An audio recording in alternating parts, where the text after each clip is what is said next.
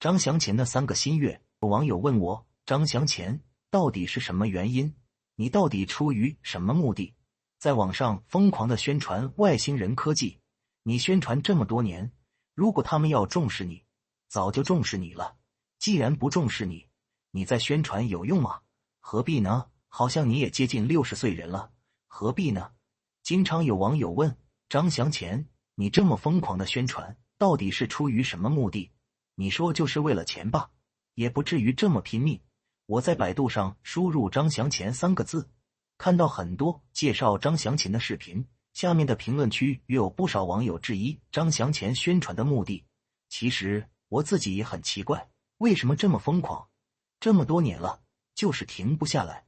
我在30岁的时候就经常想，我到40岁时候宣传肯定会停下来，到40岁就想，我50岁肯定能够停下来。没有想到我现在59岁，越来越疯狂，就是停不下来。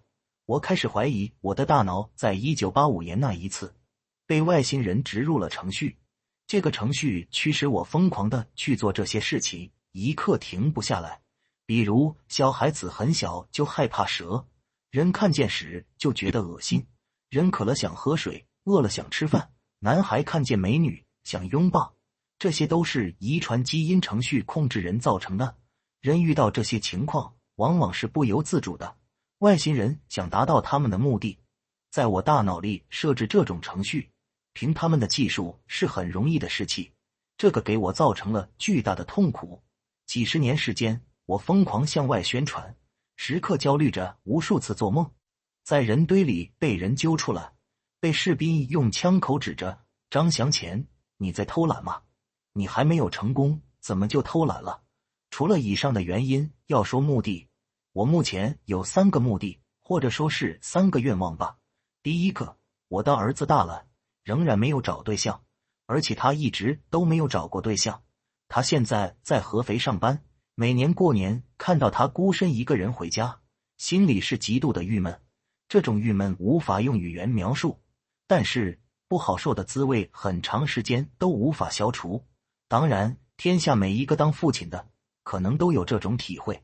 我的儿子长得很帅气，人也很机灵，我就是想不明白，他怎么老是找不到对象。我有时候想，我儿子如果长得很丑，或者很愚笨，找不到对象，我心里可能不那么难受。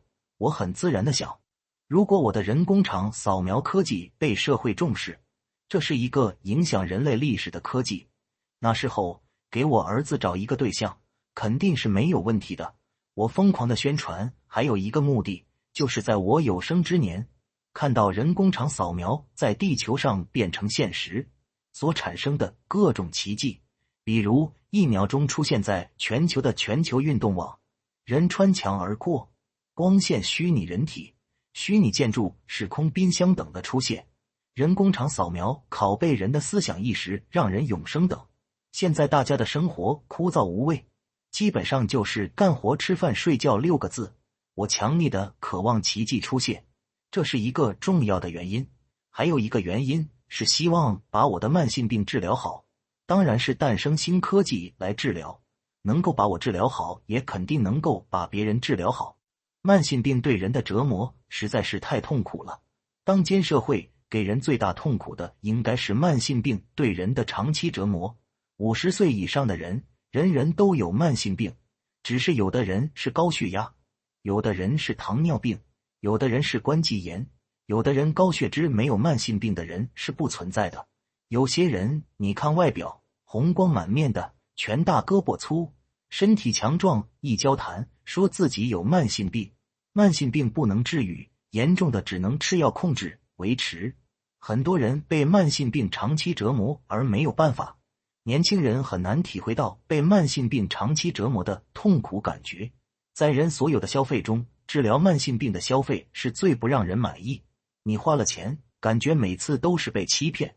绝多数宣传能够治疗慢性病的药和方法，基本上没有什么效果，更别指望能够彻底治愈了。大英百科全书说，世界上号称能够长头发的药，他们推销了几百年，有一个共同的特点，就是都不能长出头发来。大部分情况下，病人只是希望有暂时能够控制症状，减轻一下痛苦而已。这么小小的奢望，大多无法满足。我小时候也生过小儿肾炎，害过眼病，高烧很多次，但是后来都彻底好了，而且没有一点后遗症，并且后来身体很强壮，体力和精力远远超过同龄人，没有体验到慢性病折磨人的滋味。我第一次体验到了慢性病的折磨，是在我27岁的时候，不知不觉地感觉到左大腿的髋关节地方有一丝丝的疼，后来右边同样的疼，到医院，医生判断我是长期挖黄鳝，在水里受到了潮湿，加上长期挖泥土，造成大腿肌肉慢性劳损。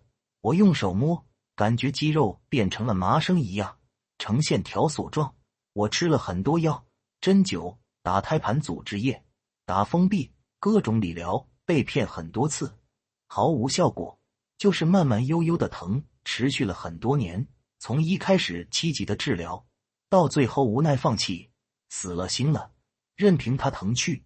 这种疼痛无时不在，就是在睡梦中都能够感觉到大腿的疼痛。我偶尔一次游泳，深吸一口气，漂浮在水中，呈失重状态，好像感觉不到大腿的疼痛。从那以后，我就经常泡在河水里，体验那短暂的没有疼痛的感觉。我结婚后有一次感冒后咽喉疼，我买来了六神丸，吃到嘴里没有触电感觉，我怀疑买上了假货。这一次我做生意很忙，咽喉疼吐了2个多月没有好，到了几乎不能说话的地步。后来找到一个高明的医生，他看看我的咽喉说产生了许多淋巴滤泡，已经转成慢性的。这个医生给我开了一些抗生素药，我的咽喉疼痛大大缓解了，但是不能彻底好，讲话一多就疼，嘶哑，难受。后来好几年我都努力去治疗慢性咽喉炎，我不相信这个病治不好。慢性咽喉炎如同影子一样伴随了我几十年啊，给我带来了无尽的痛苦，连做梦都时刻体验着疼痛。因咽喉疼痛干燥，就想喝水，时刻不停地喝水，到了见水想吐的程度，现在每次喝一点点水。我做过各种尝试，中医、西医、偏方屡次被骗，屡次尝试没有任何效果。为了治疗这个病，被骗了多少次也记不清楚了。我现在通过面相都可以认出人群中患上慢性咽喉炎的人，这些患者都是紧锁眉头，一人苦相。我在几十年中一直生活在不如意、痛苦中，没有开心时刻。这种慢性咽喉疼加重了我的精神上苦闷，医生都说慢性咽喉炎终生不得好，这真是一种苦逼的疾病。如果说患上慢性咽喉炎是一种天灾，那我妻子几十年来不停地谩骂、辱骂、讥讽、唠叨，没事找茬。这几年女儿大了，也加入了骂我行列，动不动把我骂一顿。这是一种人祸，这种天灾加人祸是我几十年的生活主旋律，慢慢的疼痛的如影随形的陪伴着我。我有时候想，慢性咽喉炎有一个好处，就是人不怕死了，人被折磨的觉得活得没有意思了。另外，慢性咽喉炎掩盖了我本来的大腿的疼痛，只是大腿用力时候才体验到熟悉的疼痛。由于大腿的疼痛，我逐渐放弃了挖黄鳝生涯，在农村老家开一个小超市，代修自行车、电焊。由于长期弯腰补胎，腰肌劳损加椎间盘突出，有时候疼都想吐。我时刻腰疼，每天看到许多车胎要补，心里就有恐惧。难道要再一次改变职业？我后来想到一个方法，在地面上挖一个坑，人站在坑里，不要弯腰来补胎。2013年，我们遇到拆迁，我搬到了附近的同大镇。同大镇不允许挖坑，顾客来补胎，大部分情况下，我只好拒绝。腰疼也是很折磨人的，不敢弯腰捡地上东西，用脚夹。邻居叫我帮忙抬东西，不敢答应。弯腰要慢慢的，起来也要慢慢的，睡觉起来的时候都要慢慢的。2015年，我的女儿患上精神分裂，治疗的时候，妻子要求我陪伴他们，大约1个月时间里，我待在一个小房间里，没有事情做，只能上网。那时候感觉手麻，认为可能是那个电脑桌子太高，造成手麻。现在想起来，应该是颈椎病开始发作，因为颈椎病经常导致头晕、头疼，不能思考问题。我积极治疗，但是丝毫没有效果，长期被欺骗中，能够悟到了商家一些欺骗的门道。